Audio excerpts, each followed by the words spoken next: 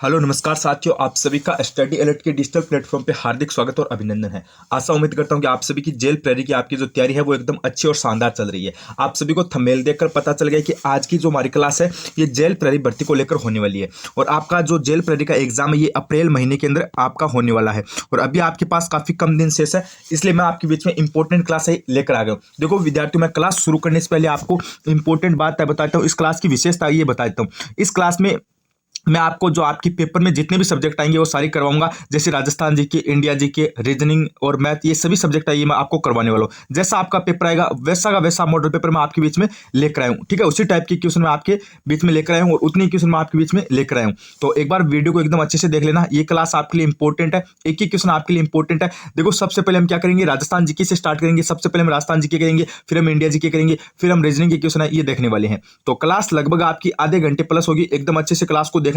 एक आपको वादा करना है, क्लास को कहीं पे भी स्किप नहीं करना है। सारे क्वेश्चन आपको देखने हैं और अंत में आप कमेंट करके बताना कि आपको क्लास कैसी लगेगी। ठीक है, अगर आप क्लास को पूरा देख लेते हो ना तो आप खुद कमेंट करके बोलोगे कि सर जी क्लास में मजा आ गया। तो चलिए क्लास को शुरू कर लेते हैं, ज्यादा कुछ देरी नहीं करेंगे। अगर आप चैनल पर पहली बार विजिट करो तो एक बार चैनल को सब्सक्राइब जरूर कर लेना। ठीक है, अगर आप जेल प्रेरी की तैयारी कर रहे हो तो आप चैनल को सब्सक्राइब जरूर करना, क्योंकि इस चैनल पे आपको राजस्थान जीके और इंडिया जीके और रीजनिंग इन सभी की क्लास मिलेगी और आपको एकदम अच्छी जेल प्रेरी की तैयारी ये करवाई जाएगी। क्योंकि आपको पता है अभी हमारे पास काफी कम दिन है, ये शेष है। तो चलिए क्लास को शुरू कर लेते हैं। सबसे पहले हम क्या करेंगे, राजस्थान जीके से शुरुआत करने वाले। एक एक क्वेश्चन आपके लिए इंपॉर्टेंट है। सबसे पहला क्वेश्चन आपका क्या कह रहा है, सबसे पहला क्वेश्चन आपका कह रहा है, देख लो यहाँ पे सेक्शन अपना क्या रहेगा, राजस्थान इतिहास, संस्कृति, कला संस्कृति और भूगोल का रहने वाला है। तो पहला क्वेश्चन कह रहा है कि चंदूजी का गड्ढा तथा बोडीगामा स्थल है ये किसके लिए विख्यात है।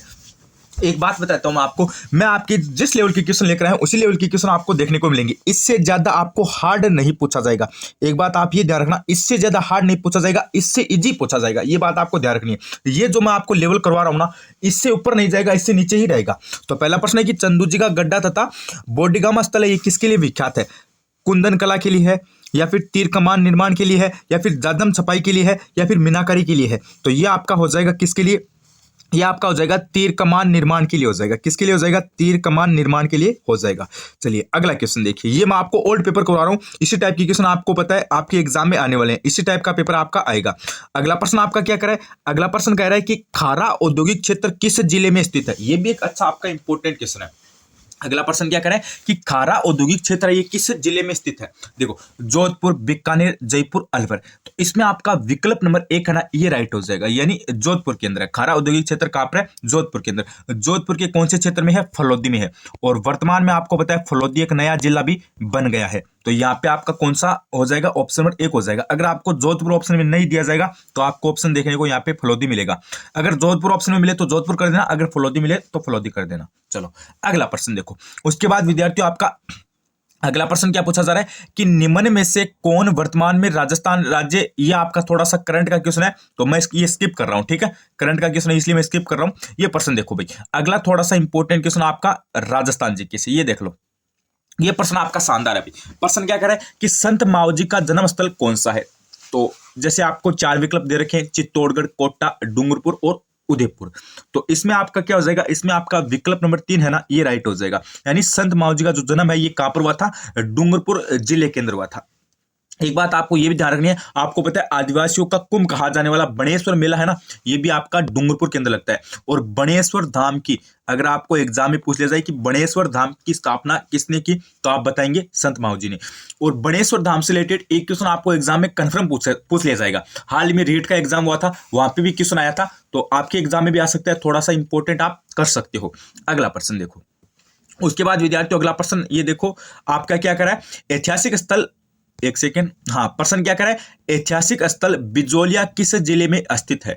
ये देख लो आपका राजस्थान के इतिहास यानी हिस्ट्री से इंपॉर्टेंट क्वेश्चन है। ऐतिहासिक स्थल, ठीक है, ऐतिहासिक महत्व का स्थल बिजोलिया है ये किस जिले में स्थित है। जैसे अजमेर, भीलवाड़ा, चित्तौड़गढ़, कोटा। देखो यहाँ पे अजमेर और कोटा वाला ऑप्शन है, ये तो ऐसे ही कट हो रहा है। अब लगभग है ना 100 में से 60-70% विद्यार्थी कंफ्यूज कहाँ पे होते हैं, चित्तौड़गढ़ और भीलवाड़ा के अंदर होते हैं। तो जो आपका बिजोलिया है ना, बिजोलिया, ये आपका चित्तौड़गढ़ के अंदर नहीं है, ये आपका भीलवाड़ा के अंदर है। तो विकल्प नंबर आपका यहां से 2 राइट हो जाएगा। कौन सा राइट हो जाएगा, 2 राइट हो जाएगा। ठीक है, चलो अगला प्रश्न देखो।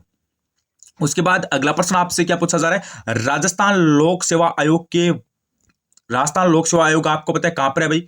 राजस्थान लोक सेवा आयोग यानी आरपीएससी, आरपीएससी है। राजस्थान लोक सेवा आयोग का मुख्यालय कहां पर है? अजमेर केंद्र है। कहां पर है? अजमेर केंद्र।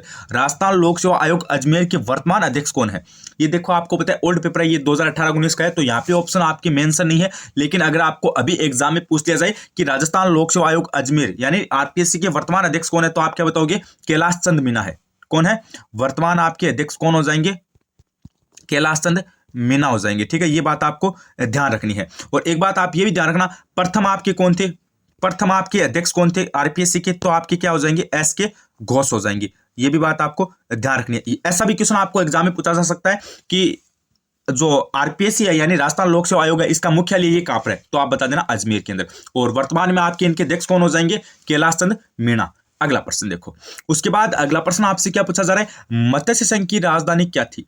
ये भी एक अच्छा इंपॉर्टेंट क्वेश्चन आपका राजस्थान की हिस्ट्री यानी इतिहास से पूछा गया है कि मत्स्य संघ की राजधानी क्या थी? अलवर, करौली, धौलपुर, भरतपुर। तो आपको पता है राजस्थान का एकीकरण का जो पहला चरण था ना, वो आपका मत्स्य संघ ही था। ठीक है, उसका नाम मत्स्य संघ ही रखा गया था। उसमें शामिल आपकी 4 रियासतें थी। 4 रियासतें कौन कौन सी थी? ये 4 आपको स्क्रीन के सामने दिख रही है ना, यही 4 आपकी रियासत थी। तो इसमें देखो राजधानी थी ना, वो आपके अलवर को बनाया गया था। और क्वेश्चन में क्या पूछा है? राजधानी पूछी है, तो राजधानी कौन सी हो जाएगी? अलवर हो जाएगी। और शासक है ना मत्स्य संघ का राज प्रमुख ये बनाया गया था धौलपुर के शासक को। किसको बनाया गया था? धौलपुर के शासक को। और मत्स्य संघ का उद्घाटन है ना, ये आपका हुआ था भरतपुर के लोहागढ़ किले में। ये कहां पर हुआ था? भरतपुर के लोहागढ़ किले के अंदर हुआ था। ठीक है, ये नॉर्मल बेसिक जानकारी है, ये आपको पता होनी चाहिए। राजस्थान जीके के मेरे अकॉर्डिंग 30 क्वेश्चन आते हैं ना, उसमें से आपकी कम से कम 25 क्वेश्चन आराम से राइट होने चाहिए भाई। अगला प्रश्न देखो, उसके बाद प्यारे बच्चों अगला प्रश्न आपसे क्या पूछा जा रहा है? अगला प्रश्न है कि निम्नलिखित में भिन्न वर्ग की झील का चयन करो भाई। ये देख लो, थोड़ा सा देखो, ये हार्ड क्वेश्चन नहीं है, बस थोड़ा सा क्वेश्चन की भाषा लैंग्वेज है ना, इसको घुमाया गया है, ज्यादा हार्ड नहीं है भाई। निम्नलिखित में से भिन्न वर्ग की झील का चयन करो। देखो 3 झील है, ये आपकी समान प्रकार की, एक आपकी अलग है, उसका हमें चयन करना है। डीडवाना झील, पचपदरा झील, सांबर झील और पिछोला झील। देखो आपको एक बात पता है, झीलें कितने प्रकार की होती है? आप बोलोगे सर जी 2 प्रकार की होती है। एक तो होती है मीठे पानी की, एक तो क्या होती है? मीठे पानी की। एक होती है आपकी खारे पानी की। 2 प्रकार की आपकी झीलें होती हैं। तो इसमें से आप मुझे बताओ कि कौन सी मीठे पानी की और कौन सी खारे पानी की है। अगर मैं आपको पूछूं कि डीडवाना झील कौन सी है, तो आप बोलोगे डीडवाना झील तो सर जी खारे पानी की है, तो बिल्कुल ये सही बात है। अगर मैं आपको पूछूं पचपदरा झील कौन सी है, तो आप बोलोगे खारे पानी की है, ये भी सही बात है। और अगर आपको मैं पूछूं सांबर झील, तो आप बोलोगे ये भी खारे पानी की है। किंतु परंतु बट पिछोला झील है ना, पिछोला झील विकल्प नंबर 4 यानी पिछोला झील है ना, ये आपकी मीठे पानी की झील है। ये क्या आपकी मीठे पानी की झील है, और ये आपकी है ना, ये तीनों से अलग हो जाएगी। अब थोड़ा सा मैं आपको इनकी जो डिटेल है वो मैं आपको बताता हूँ। इनकी जो लोकेशन है यानी ये कहाँ कहाँ पर है, ये मैं आपको बताता हूँ। जैसे पिछोला झील आपको पता है कहाँ पर हो जाएगी भाई? उदयपुर के अंदर हो जाएगी। ठीक है, और सांबर झील आपको पता है जयपुर, अजमेर, नागौर इसके बीच के क्षेत्र में है। ठीक है, और डीडवाना झील आपको पता है कहाँ पर है? नागौर के अंदर है। कहाँ पर है भाई? नागौर के अंदर है। और पचपदरा आपकी कहाँ पर हो जाएगी? बाड़मेर के अंदर हो जाएगी। कहां पर हो जाएगी? बाड़मेर के अंदर हो जाएगी। चलो अगला क्वेश्चन देखो प्यारे बच्चों, अगला प्रश्न आपसे क्या पूछा गया है? आवा के युद्ध में किस ब्रिटिश पॉलिटिकल एजेंट की हत्या कर दी गई थी या फिर कर दी गई थी? देखो एक ही बात है, लेकिन इंपॉर्टेंट क्वेश्चन है। यहां से मैं एक बात आपको बता रहा हूं, आपकी जेल परेड के एग्जाम में आपको हिस्ट्री के क्वेश्चन है ना, हिस्ट्री का पोर्शन है, ये आपको ज्यादा देखने को मिल सकता है। तो हिस्ट्री को अच्छे से याद कर लेना। हाईएस्ट आप मान लो भाई 5-7 टॉपिक है, जैसे एकीकरण है, 1857 की क्रांति है, प्रजामंडल है, और समाचार पत्र है, प्रमुख आंदोलन है किसान। ये सब टॉपिक है ना, 5-4 टॉपिक है, इनको आप एकदम अच्छे से क्लियर कर लो, यहां से कंफर्म क्वेश्चन बनेंगे। तो प्रश्न है कि आवा के युद्ध में किस ब्रिटिश पॉलिटिकल एजेंट की हत्या कर दी गई थी? तो इसमें आपकी कौन हो जाएंगे? मैकमोसन हो जाएंगे। कौन हो जाएंगे? मैकमोसन। ठीक है, और आपको पता है ये जो मैकमोसन है ना, ये आपके कहाँ के थे भाई? ये आपको बताना है कहाँ के थे। मैकमोसन है ये कहाँ के आपके पॉलिटिकल एजेंट थे। मेजर बटन तो आपको पता है कहाँ के थे भाई? कोटा के थे। और कैप्टन सावर्स है ये आपके थे कहाँ के? ये आपकी उदयपुर यानी मेवाड़ के थे। और पैट्रिक लॉरेंस है ना, ये आपके राजस्थान के क्या थे? पीए थे। ठीक है, राजस्थान के थे भाई। ये बात आपको एजेंट गवर्नर जनरल, ठीक है, एजेंट गवर्नर जनरल थे भाई। एजी क्या थे? एजी थे ये राजस्थान के। चलो तो यहाँ पे सभी बातें हैं, ये मैंने आपको बता दी है। अगला प्रश्न, उसके बाद अगला प्रश्न है कि शेखावाटी क्षेत्र में पाई जाने वाली भेड़ की कौन सी नस्ल है? भेड़ की कौन सी नस्ल है? जैसे मालपुरी, बागड़ी, चोकला, सोनाड़ी। एकदम अच्छा सा प्रश्न है। सोनाड़ी है ना, सोनाड़ी, ये मेरे अकॉर्डिंग उदयपुर की साइड में देखने को मिलती है। मेवाड़ क्षेत्र है ना, मेवाड़ क्षेत्र जो दक्षिणी साइड का, ठीक है, दक्षिणी राजस्थान की तरफ है ना, वहां पर देखने को मिलती है। लेकिन क्वेश्चन में मेंशन किया गया है कि शेखावाटी क्षेत्र में पाई जाने वाली भेड़ की नस्ल कौन सी है? तो देखो शेखावाटी में ना ये आपकी पाई जाती है चोकला। कौन सी पाई जाती है? चोकला। क्या पाई जाती है? चोकला। और इसको क्या कहा जाता है? भारत की मेरिनो कहा जाता है। इसको क्या कहा जाता है? भारत की मेरिनो कहा जाता है। मेरे हिसाब से ये बात तो आपको पता होनी चाहिए। जिस विद्यार्थी ने पशु परीक्षण की तैयारी की है ना, उसको तो ये बात कन्फर्म पता है भाई। तो यहाँ पे विकल्प नंबर आपका 3 है ना, ये राइट हो जाएगा। चलो अगला प्रश्न देखो प्यारे बच्चों। अगला प्रश्न आपसे क्या पूछा जा रहा है? राजस्थान की खारे पानी की झीलें किस महासागर का अवशेष मानी जाती है? ये अच्छा प्रश्न है भैया आपका। आपको पता है राजस्थान में अधिकतर खारे पानी की झीलें कहां पर है? आप बोलोगे मरुस्थल के अंदर है। कहां पर है? थार के मरुस्थल के अंदर है। ये बात आपको कंफर्म पता है भाई। और मरुस्थल ये किसका अवशेष माना जाता है? मरुस्थल तो सर जी 33 सागर का माना जाता है। तो वही कारण क्या हो जाएगा? वही आपका झीलों का हो जाएगा। यानी राजस्थान में खारे पानी की झीलें किस महासागर का अवशेष मानी जाती है? 33 सागर का मानी जाती है। ठीक है, 33 सागर का। तो विकल्प नंबर आपका यहां से 2 राइट हो जाएगा। अगला प्रश्न, उसके बाद अगला प्रश्न क्या है? अगला प्रश्न है कि निम्न में से कौन सा कार्य कलेक्टर का नहीं है? ये भी एक अच्छा लेवल का प्रश्न भी। जैसे भू राजस्व का एकत्रीकरण और कानून व्यवस्था का रख रखाव, आयकर का एकत्रीकरण और भू दस्तावेजों का रख रखाव। तो इसमें देखो ना, विकल्प नंबर 1, 2 और 4 ये तो कार्य है, लेकिन आय को एकत्रित करना ये कलेक्टर का कार्य नहीं है। तो विकल्प नंबर 3 है ना, ये यहां से सही हो जाएगा। है और नहीं है, इसमें आप कंफ्यूज मत होना। अगला प्रश्न, उसके बाद अगला प्रश्न है कि लूंग आभूषण कहां पर पहना जाता है? लूंग कहां पर पहना जाता है? अब काफी सारे विद्यार्थी बोलेंगे सर जी यहाँ पे तो ऑप्शन में नहीं है, लूंग तो नाक में नहीं पहना जाता है क्या? अरे नहीं, ये वो नहीं है। यहाँ पे क्या पूछा है? लूंग आभूषण। ललाट यानी क्या होता है? सिर या फिर माथा होता है ललाट यानी। तो ये विकल्प गलत हो जाएगा। और पैरों में थोड़ी ना पहना जाता है, ये भी गलत है। कलाई पर भी नहीं है, कलाई पर तो बाजूबंद पहना जाता है। और कान है ना, ये राइट हो जाएगा। यानी लूंग आभूषण कहां पर पहना जाता है? कानों में पहना जाता है। विकल्प नंबर 4 बताने वाले आपके क्या हो जाएंगे? सभी विद्यार्थी राइट हो जाएंगे। चलो अगला प्रश्न देखो। उसके बाद अगला प्रश्न क्या है कि पुंगल नस्ल किस पशु की है? एक मेरी बात ध्यान से सुना। जैसे पहले मैंने आपको वीडियो स्टार्ट किया था, उस टाइम बताया था कि पहले अपन क्या करेंगे? जीके की क्वेश्चन करेंगे राजस्थान, फिर इंडिया जीके की करेंगे, फिर अपन क्या करेंगे? रीजनिंग की करेंगे। एकदम अच्छे से हम मतलब सीरियल वाइज है, ये ऐसे चलेंगे भाई। ठीक है, एकदम सेक्शन के वाइज हम चलने वाले हैं। तो एकदम अच्छे से आपको क्लास को देखना है। तो प्रश्न क्या है कि पुंगल नस्ल किस पशु की है? देखो पुंगल नस्ल है ना, पुंगल नस्ल ये अधिकतर बीकानेर क्षेत्र की ओर देखने को मिलती है। किस क्षेत्र की ओर देखने को मिलती है? अधिकतर बीकानेर क्षेत्र की ओर देखने को मिलती है। और ये कोई भैंस की नस्ल नहीं है, ये कोई बकरी की नहीं है, ये कोई गाय की नस्ल नहीं है। ये किसकी नस्ल है? ये भेड़ की नस्ल है भाई। किसकी नस्ल है? भेड़ की नस्ल है। तो यहां से विकल्प नंबर आपका 3 राइट हो जाएगा। एक बात ध्यान रखना, जो राजस्थान की ज्योग्राफी में एक टॉपिक मेंशन होता है आपका, कौन सा? ये पशु संपदा वाला। तो इसको एकदम अच्छे से आप देख लेना भाई। ठीक है, एक बार आंखों में से निकाल लेना, यहां से कंफर्म क्वेश्चन आएगा भाई। चलो अगला प्रश्न देखो। उसके बाद अगला प्रश्न है कि राजस्थान का जनसंख्या घनत्व 2011 की जनगणना के अनुसार कितना था? ये क्वेश्चन कन्फर्म आएगा भाई। मैं बोल रहा हूं ना, पेपर का लेवल है ना आपका, इससे इजी रहेगा, इससे हार्ड नहीं जाएगा। क्योंकि 10वीं लेवल का आपका पेपर आने वाला है, 10वीं पास आपकी भर्ती है। तो 2011 की जनगणना के अनुसार राजस्थान का जनसंख्या घनत्व है, यह आपका कितना है? विकल्प नंबर 1 राइट हो जाएगा। यानी 200 है। कितना है? 200। तो विकल्प नंबर 1 बताने वाले क्या हो जाएंगे? सारे के सारे विद्यार्थी राइट हो जाएंगे। अगला क्वेश्चन देखो। उसके बाद अगला प्रश्न आपका क्या है? अजमेर के राजस्थान में विलय होने से पूर्व अजमेर की विधानसभा में कितनी सदस्य संख्या थी? क्वेश्चन को वापस एकदम आसान भाषा में समझो। क्वेश्चन क्या कह रहा है कि अजमेर के राजस्थान में विलय होने से पूर्व, यानी अजमेर जब राजस्थान में जोड़ा था ना, उससे पहले अजमेर की विधानसभा में सदस्यों की संख्या कितनी थी? ये बात आपसे पूछी गई है। 28, 26, 30, 32। तो यहाँ पे जो सदस्य संख्या है ना अजमेर की विधानसभा की, वो आपकी 30 थी भाई। कितनी थी? 30। तो विकल्प नंबर आपका यहाँ से 3 राइट हो जाएगा। चलो अगला प्रश्न देखो। उसके बाद अगला प्रश्न है कि टोंक शहर किस नदी के किनारे बसा हुआ है? एकदम अच्छा प्रश्न है भाई। घग्गर, चंबल, लूणी, बनास। एकदम इजी सा प्रश्न आपको आना चाहिए।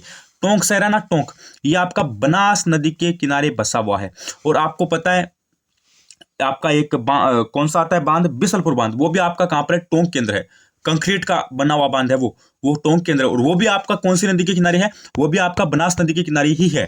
तो अगर आपको बांध वाला टॉपिक याद है तो यहाँ से आप आराम से ये क्वेश्चन कर सकते हो। तो टोंक शहर किस नदी के किनारे बसा हुआ है, बनास नदी के किनारे बसा हुआ है। चलो, और एक बात ये भी ध्यान रखना, पूर्णतः राजस्थान में बहने वाली सबसे लंबी नदी है ना, राजस्थान की सबसे लंबी नदी कौन सी है जो पूर्णतः राजस्थान में बहती है, तो वो आपकी बनास ही है। और अगर आपको राजस्थान की लंबी नदियां पूछ लेना तो आप ये नाम बोल देना चंबल। राजस्थान की लंबी नदी अगर आपको पूछा जाए कि कौन सी है तो आप बोल देना चंबल। तो अब आपकी ये लंबी नदियां हो जाएगी। कैसे हो जाएगी सर जी? जैसे चंबल, मैं से माही, बै से बनास, लै से लूणी।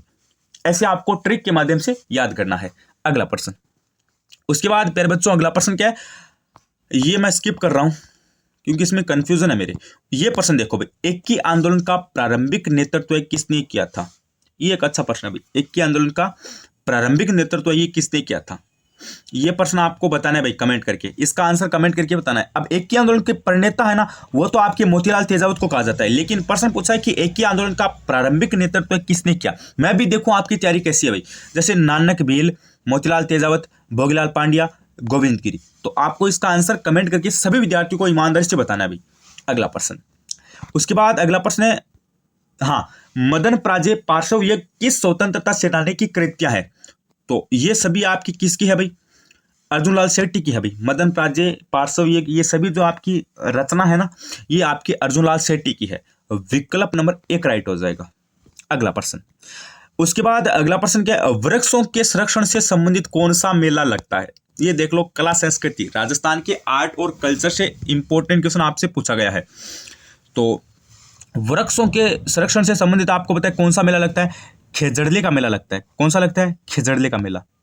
तो विकल्प नंबर आपका 4 राइट हो जाएगा। एक ये थोड़ा सा ध्यान रखना, भृतहरि का मेला है ना, ये एग्जाम में बार बार आता है और ये आपका अलवर जिले के अंदर लगता है। अगला क्वेश्चन, उसके बाद अगला प्रश्न है कि हरीशचंद्र माथुर राजस्थान राज्य लोक प्रशासन संस्था कहां पर है? हरीशचंद माथुर राजस्थान लोक प्रशासन संस्था है, ये कहां पर है? कोटा, जोधपुर, जयपुर, बीकानेर। तो ये आपकी कहां पर हो जाएगी? ये आपकी राजधानी जयपुर के अंदर हो जाएगी। कहां पर है भाई? राजधानी जयपुर के अंदर है। चलो, उसके बाद अगला क्वेश्चन आपसे क्या पूछा जा रहा है,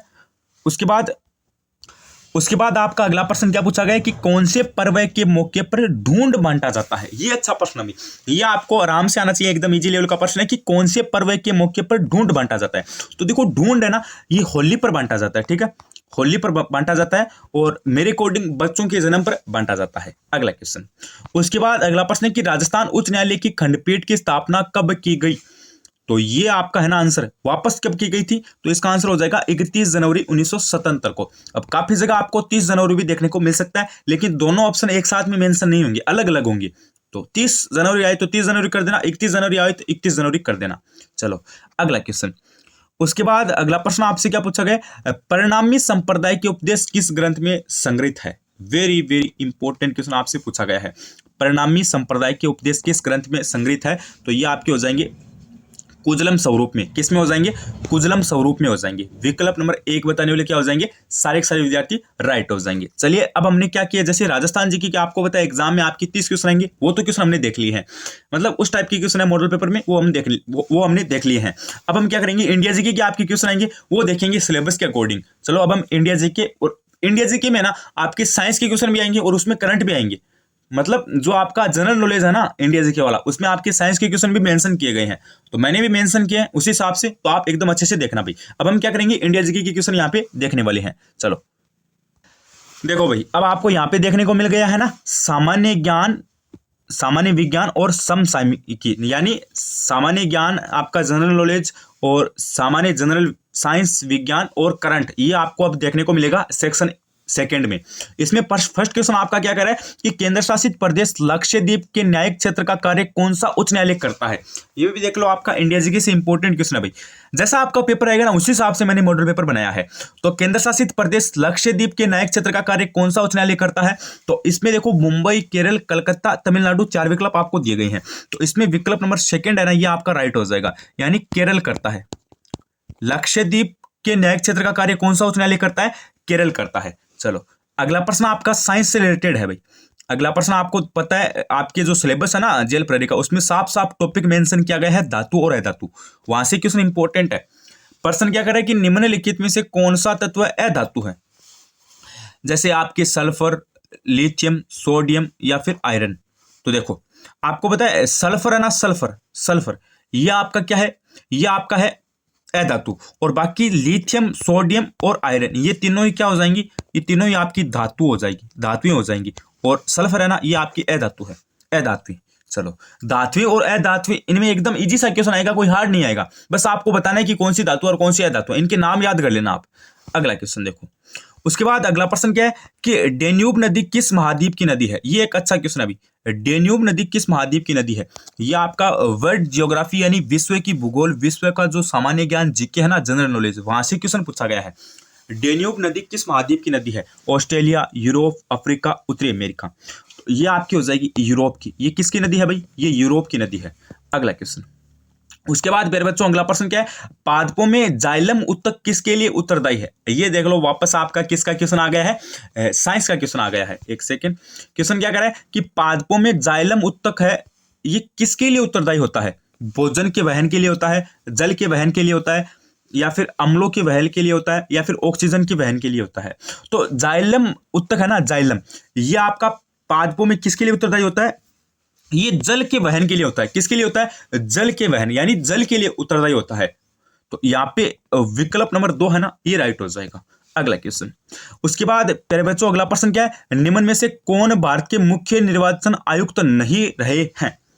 देखो आपको पता है सुकुमार सेन थे ना, ये तो भारत के क्या थे, प्रथम चुनाव आयुक्त थे भाई, निर्वाचन आयुक्त थे, प्रथम क्या थे, निर्वाचन आयुक्त थे। अब प्रश्न में क्या पूछा कि कौन से नहीं रहे हैं, मतलब अब तक जितने भी आपके मुख्य निर्वाचन आयुक्त रहे ना, उनमें से निम्नलिखित में से कौन नहीं है।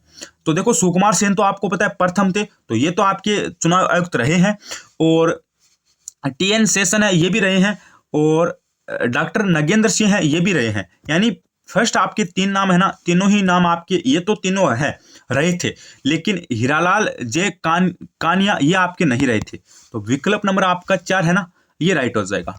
अगला क्वेश्चन, उसके बाद ये स्किप कर रहा हूं, हाँ ये देखो इंपॉर्टेंट है भाई, ज्ञानपीठ पुरस्कार का संबंध किस क्षेत्र से। करंट में क्वेश्चन बन सकता है, ज्ञानपीठ पुरस्कार का संबंध किस क्षेत्र से है, विज्ञान, साहित्य, खेल, नृत्य। तो ज्ञानपीठ पुरस्कार है ये किस क्षेत्र में दिया जाता है, क्वेश्चन को आसान लैंग्वेज में समझो भाई, ज्ञानपीठ पुरस्कार किस क्षेत्र में दिया जाता है या फिर इसका संबंध किससे है। तो आप क्या बताओगे, साहित्यिक, ठीक है, साहित्यिक क्षेत्र से संबंधित है। विकल्प नंबर आपका यहां से 2 राइट हो जाएगा। अगला क्वेश्चन, उसके बाद अगला प्रश्न क्या है कि निम्नलिखित में से क्या संवैधानिक निकाय नहीं है। निम्नलिखित में से कौन सा संवैधानिक निकाय नहीं है, ये क्वेश्चन आपसे पूछा गया है, इसकी भी आप लैंग्वेज आसान कर लो। प्रश्न क्या है कि निम्नलिखित में से कौन सी संवैधानिक निकाय नहीं है, जैसे नीति आयोग, वित्त आयोग, चुनाव आयोग और संघ लोक सेवा आयोग। नीचे के तीनों ही नाम है ना, ये आपके वित्त आयोग, चुनाव आयोग, संघ लोक सेवा आयोग, ये तीनों ही आपके संवैधानिक निकाय हैं। किंतु परंतु बट नीति आयोग, योजना आयोग है ना, योजना आयोग का नाम बदल कर नीति आयोग कर दिया, ये भी क्वेश्चन बन सकता है। तो ये आपकी कोई संवैधानिक निकाय नहीं है। तो विकल्प नंबर आपका 1 राइट हो जाएगा क्वेश्चन के अकॉर्डिंग। विकल्प नंबर क्या हो जाएगा आपका, 1 राइट हो जाएगा। अगला क्वेश्चन देखो, उसके बाद प्यारे बच्चों अगला प्रश्न आपसे क्या पूछा गया है। उसके बाद अगला प्रश्न है कि विश्व के प्रसिद्ध दार्शनिक कार्ल मार्क्स का जन्म किस देश में हुआ था। कार्ल मार्क्स का जन्म आपको पूछा किसके देश में, किस देश में हुआ था। तो इनका जन्म आपका जर्मनी में हुआ था। कहां पर हुआ था भाई, जर्मनी के अंदर हुआ था। चलो अगला क्वेश्चन देखो, उसके बाद अगला प्रश्न है कि ऑपरेशन फ्लड का संबंध किससे है। ये थोड़ा सा आपका इंडिया जीके से मान सकते हैं, इंपॉर्टेंट क्वेश्चन है भाई। ऑपरेशन फ्लड का संबंध किससे है, नीली क्रांति से, श्वेत क्रांति से, हरित क्रांति से, भूरी क्रांति से। देखो भाई ऑपरेशन फ्लड का संबंध है ना, ये आपका हो जाएगा श्वेत क्रांति से, और श्वेत क्रांति है ना, ये आपकी हो जाएगी दूध उत्पादन से संबंधित। किससे हो जाएगी, दूध उत्पादन से संबंधित हो जाएंगे। और वर्गीज कुरियन है ना, मिल्कमैन ऑफ इंडिया, तो ये किसको कहा जाता है, वर्गीज कुरियन को कहा जाता है। ठीक है, ये भी आपके क्या थे, ऑपरेशन फ्लड या फिर श्वेत क्रांति से संबंधित थे। और हरित क्रांति है ना, हरित क्रांति, इनके आपके भारत में जो जनक है ये कौन है, MS स्वामीनाथन। और हरित क्रांति है ये किससे संबंधित है, तो ये आपकी खाद्यान्न उत्पादन से संबंधित है। किससे संबंधित है, खाद्यान्न उत्पादन से संबंधित है। ये बात आपको ध्यान रखनी है। अब आपको कमेंट में बताना है नीली क्रांति और भूरी क्रांति ये दोनों किससे संबंधित है, ये बात आपको कमेंट में बतानी है। ठीक है, ये बात आपको कमेंट करके बतानी है। अगला क्वेश्चन, उसके बाद अगला प्रश्न है कि ये मैं स्किप कर रहा हूं, ठीक है। हाँ, अगला प्रश्न है कि मिल्क मैन उपन्यास की लेखिका कौन है। ये एक अच्छा क्वेश्चन है भाई। मिल्क मैन उपन्यास की लेखिका कौन है, तो इसमें विकल्प नंबर आपका 3 राइट हो जाएगा। एन्ना ब्रंस, एन्ना ब्रंस है ना, ये आपके मिल्क मैन उपन्यास की लेखिका है। या फिर आपको पूछा जा सकता है कि एन्ना ब्रंस की जो एन्ना ब्रंस है, इनका उपन्यास कौन सा है, तो आप क्या बताओगे, मिल्क मैन है। चलो अगला प्रश्न। उसके बाद अगला प्रश्न आपसे क्या पूछा जा रहा है, ये मैं, हाँ, ये प्रश्न है कि बंगाल में राजस्व का स्थायी बंदोबस्त किसने लागू किया था, तो इसमें आपके हो जाएंगे लॉर्ड कार्नवालिस। क्या हो जाएंगे, लॉर्ड कार्नवालिस हो जाएंगे। उसके बाद अगला प्रश्न क्या है, ये अच्छा प्रश्न है भैया आपके पॉलिटिकल से। प्रश्न है कि भारतीय संविधान के किस भाग में नागरिकता संबंधी प्रावधान उल्लेखित है। भारतीय संविधान के किस भाग में नागरिकता संबंधी प्रावधान है, ये उल्लेखित है, तो ये आपके भाग नंबर 2 में उल्लेखित है। इसका विवरण कौन से भाग में मिलता है, भाग नंबर 2 में मिलता है। अगला क्वेश्चन। उसके बाद अगला प्रश्न, कंप्यूटर जगत में क्वेरी किस प्रकार का है। हाँ, अगला क्वेश्चन आपका देखो, आपको पता है जो आपका इंडिया जीके का सेक्शन है ना, जनरल नॉलेज वाला, वहां पे आपके कंप्यूटर के भी क्वेश्चन आएंगे 2-4, तो वहां पे एकदम अच्छे से देखना भाई। क्वेश्चन क्या है, कंप्यूटर जगत में क्वेरी किसका प्रकार है, तो कंप्यूटर के भी क्वेश्चन आपके बनेंगे। तो क्वेरी है ये किसका प्रकार है, क्वेरी है ये आपका हो जाएगा कीबोर्ड का प्रकार हो जाएगा। लैटिन भाषा का ये कीबोर्ड होता है, लैटिन लैंग्वेज का ये क्या होता है, कीबोर्ड होता है। अगला प्रश्न। उसके बाद अगला प्रश्न है कि प्राचीन भारत में चंपा किस महाजनपद की राजधानी थी। ये भी एक अच्छा क्वेश्चन है आपका। प्राचीन भारत में चंपा है, ये किस महाजनपद की राजधानी थी, जैसे वज्जी, काशी, अंग, मगध, तो ये आपकी किसकी राजधानी थी, ये आपकी अंग की राजधानी थी। किसकी राजधानी थी, अंग की राजधानी थी भाई। अगला क्वेश्चन। उसके बाद अगला प्रश्न है, क्रेटर स्थलाकृति किसका परिणाम है। ये एक अच्छा क्वेश्चन है भैया आपका ज्योग्राफी। ये क्वेश्चन है आपका इंडिया की तरफ से भी आ सकता है, वर्ल्ड की तरफ से भी आ सकता है, और राजस्थान की तरफ से भी आ सकता है। अच्छा क्वेश्चन है। क्रेटल स्थलाकृति ये किसका परिणाम होती है, जैसे भूकंप का, ज्वालामुखी क्रिया का, या फिर जल अपर्दन का, या फिर पवन अपर्दन का। देखो क्रेटल स्थलाकृति इसमें क्या होता है, जैसे आपको पता है ज्वालामुखी क्रेटर में है ना, ज्वालामुखी क्रेटर में जो पानी चला जाता है ना, पानी, ठीक है, पानी चला जाता है ना, उसके बाद वहां पे क्या होता है, झील का निर्माण हो जाता है। क्या हो जाता है, झील का निर्माण हो जाता है। और ये किसके परिणाम के स्वरूप होती है, तो ये आपकी होती है ज्वालामुखी के द्वारा, ठीक है, ज्वालामुखी के द्वारा होती है भाई। इसका निर्माण है ना क्रेटर स्थलाकृति या फिर क्रेटर झील का, तो ये ज्वालामुखी के द्वारा होता है। तो विकल्प नंबर आपका 2 राइट हो जाएगा। अगला क्वेश्चन। उसके बाद अगला प्रश्न है कि ये आपका करंट का, इसको मैं छोड़ रहा हूं, ये ठीक क्वेश्चन है भाई। हाल ही में विश्व शौचालय दिवस कब मनाया गया, ये आपका करंट का प्रश्न बन सकता है। और विश्व शौचालय प्रमुख दिवस है ना, इनको याद कर लेना। और विश्व शौचालय दिवस है ना, ये आपका मनाया जाता है 19 नवंबर को। कब मनाया जाता है, ये आपका 19 नवंबर को मनाया जाता है। कब मनाया जाता है, 19 नवंबर को मनाया जाता है। अगला क्वेश्चन देखो। उसके बाद अगला प्रश्न है कि पंपाज घास मैदान किस महाद्वीप में स्थित है। ये एक अच्छा क्वेश्चन है इंडिया जीके की तरफ से। पंपाज घास का मैदान है, ये किस महाद्वीप में स्थित है, अफ्रीका, उत्तरी अमेरिका, दक्षिणी अमेरिका, यूरोप। तो ये आपका दक्षिणी अमेरिका महाद्वीप में स्थित है भाई। कौन सा, पंपाज घास का मैदान। अगला क्वेश्चन। उसके बाद अगला प्रश्न क्या है, बाबा बुदान पहाड़ी लोहे अयस्क भंडार किस राज्य में स्थित है। यह भी एक अच्छा क्वेश्चन है। बाबा बुदान पहाड़ी लोहे अयस्क भंडार किस राज्य में स्थित है, तो यह आपका हो जाएगा कर्नाटक के अंदर। अगला क्वेश्चन। उसके बाद अगला प्रश्न क्या है, तुलसीदास द्वारा रामचरितमानस की रचना किसके शासनकाल में की गई थी। ये एक अच्छा इंपॉर्टेंट क्वेश्चन है, एग्जाम में सीधा सीधा इंडिया जीके की तरफ से क्वेश्चन पूछा जाएगा भाई। तुलसीदास द्वारा अब आपको पूछा जाए कि रामचरितमानस की रचना किसने की, या फिर इनके लेखक कौन थे, तो आप क्या बताओगे, तुलसीदास थे भाई। या फिर आपको पूछा जाए कि तुलसीदास की रचना कौन सी थी, रामचरितमानस, दोनों एक ही बात है। तो इसकी जो रचना है ना, वो किसके शासन में की गई थी, अकबर, अलाउद्दीन खिलजी, हारस, या फिर कृष्ण देवराय। तो इसकी रचना आपके अकबर के शासनकाल में की गई थी। किसके शासनकाल में, अकबर के शासनकाल में की गई थी। तो विकल्प नंबर आपका 1 राइट हो जाएगा। उसके बाद अगला प्रश्न है कि नेफ्रॉन का संबंध निम्न में से किससे है। अगला साइंस का क्वेश्चन आपका है कि नेफ्रॉन का संबंध निम्न में से किससे है, यकृत से है, वक्रक से है, या फिर हृदय से है, या फिर वृषण से है। तो नेफ्रॉन का संबंध है ना, ये आपका वक्रक से हो जाएगा। किससे हो जाएगा, वक्रक से हो जाएगा। विकल्प नंबर आपका 2 राइट हो जाएगा। उसके बाद हम कुछ रीजनिंग के क्वेश्चन देखते हैं। देखो जैसे ये आपका रीजनिंग का क्वेश्चन है। इस क्वेश्चन में क्या पूछा है कि नीचे दी गई आकृति में कितने त्रिभुज होते हैं। देखो मैं इसकी आपको एक आसान ट्रिक बताता हूँ। ऐसे अगर आपका क्वेश्चन आ जाए ना कोई भी आकृति वाला, तो इसमें देखो त्रिभुज पूछे ना, एक ही क्लास में हम एक एक टाइप के क्वेश्चन करेंगे, इसलिए बोल रहा हूँ चैनल को सब्सक्राइब कर देना, सारे क्वेश्चन आपको देखने को मिलेंगे। तो ऐसा क्वेश्चन आ जाए तो इसमें आपको क्या करना है, ऐसे लिख देना है पहले से, तो काउंटिंग करनी है 1 2 3 4, फिर इनको जोड़ना है। तो 1 और 2 3 3 हो जाएंगे ना, और 3 और 3 6 हो जाएंगे, 6 और 4 कितने हो जाएंगे, 10 हो जाएंगे। तो इसमें आपके कितने त्रिभुज हो जाएंगे, इसमें आपके 10 हो जाएंगे। इस हिसाब से आपको देखना है भाई, ठीक है।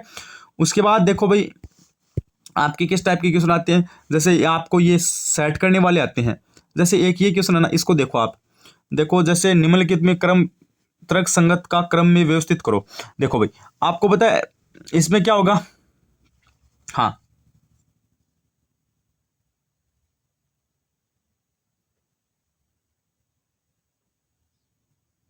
देखो इसमें आपको पता है सबसे पहले क्या होगा भाई, जैसे नाम दे रखे हैं पत्ता, फल, तना, जड़ और फूल। तो सबसे पहले आपको पता है क्या होता है, जड़ होता है। तो जड़ कितने नंबर पे है, 4 नंबर पे।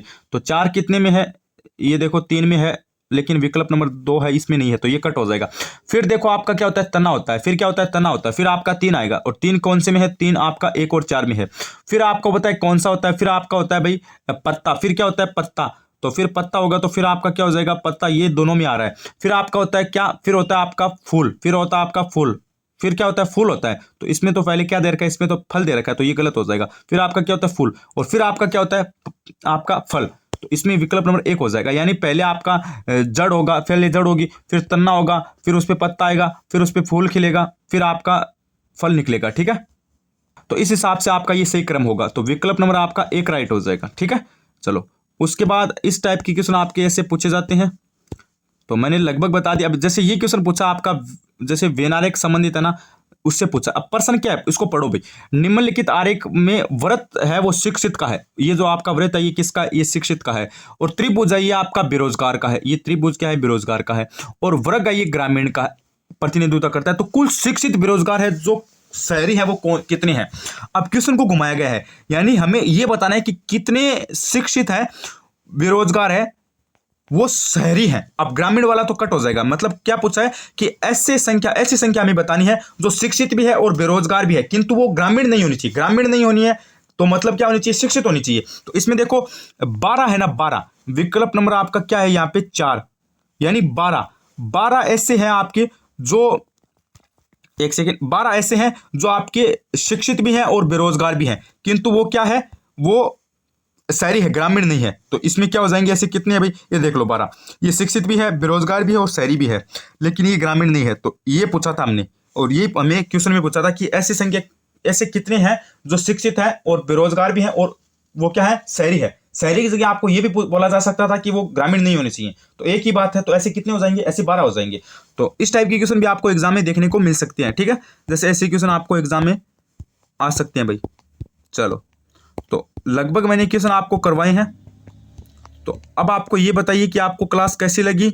और ये देख लो, ये भी एक अच्छा क्वेश्चन है भाई। अब ये क्वेश्चन है कि राम कहता है कि वह लड़की है वह मेरी माता के पुत्र की पत्नी है। ये लड़की का राम कौन है। तो देखो ये राम क्या कहता है कि वह लड़की है ना वो मेरी माता, यानी खुद की माँ है, उसकी पोत्र यानी उसके पोते, उसकी माँ का पोता यानी राम का बेटा हो गया। बेटे की क्या है, बहू है, तो वह लड़की है, वह लड़की का है, राम क्या लगेगा, तो ससुर लगेगा। इस टाइप की क्वेश्चन आपको रीजनिंग में देखने को मिलेंगे। अब आप मुझे कमेंट करके पहले तो ये बताओ कि आपको क्लास कैसी लगी, और कमेंट करके ये बताना कि आपकी कितनी क्वेश्चन सही हुए, क्लास आपको कैसी लगी। और चैनल पर नए हैं तो चैनल को सब्सक्राइब जरूर कर देना। धन्यवाद।